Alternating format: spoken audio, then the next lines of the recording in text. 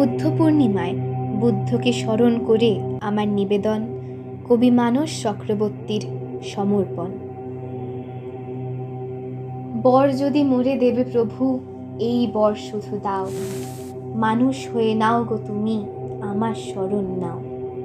প্রার্থনা শুনি প্রভু কহিলেন স্নিগ্ধ হাসি হেসে, মনোবাঞ্ছা তব হবে, সমাপন বসিব ক্রোড়েতে এসে।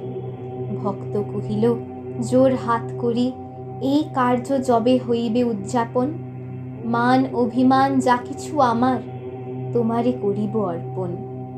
ভক্ত আজিকে বট বৃক্ষ সবুজ সবুজে ভরা, প্রভুর আসে যুগ কেটে যায়, হৃদয় ফুলগু ধারা।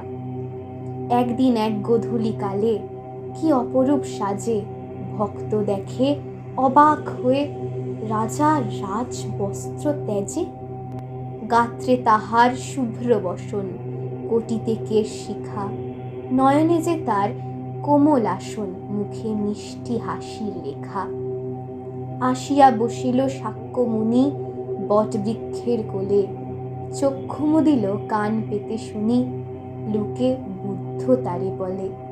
বট বৃক্ষ জোর হাত করি, কপালে ঠেকিয়া হাত, ভগবানেরে সেবা করিবার লইল আশীর্বাদ। এরপর কত মহাপ্রলয় প্রভুকে ধরেছে বুকে, ধ্যানের তেজে নিজেকে জ্বালিয়ে প্রভুকে রেখেছে সুখে। সাক্ষ্য আজিকে বুদ্ধ হয়েছে, ঠিকানা পেয়েছে ভগবান, ভক্ত তাহার সাক্ষ্য দিতে দিল তারে স্বাভিমান। সবুজ তাহার একটি পত্র, অদ্ভুত অনুকম্পায়, ধীরে ধীরে ঠাঁই যে পেল ভগবানেরই পায়। বৃক্ষের আছে সবুজ পাতা, তার মান অভিমান, সেই দিন হতে আজ অবধি শুধু তাহাই করেছে দান।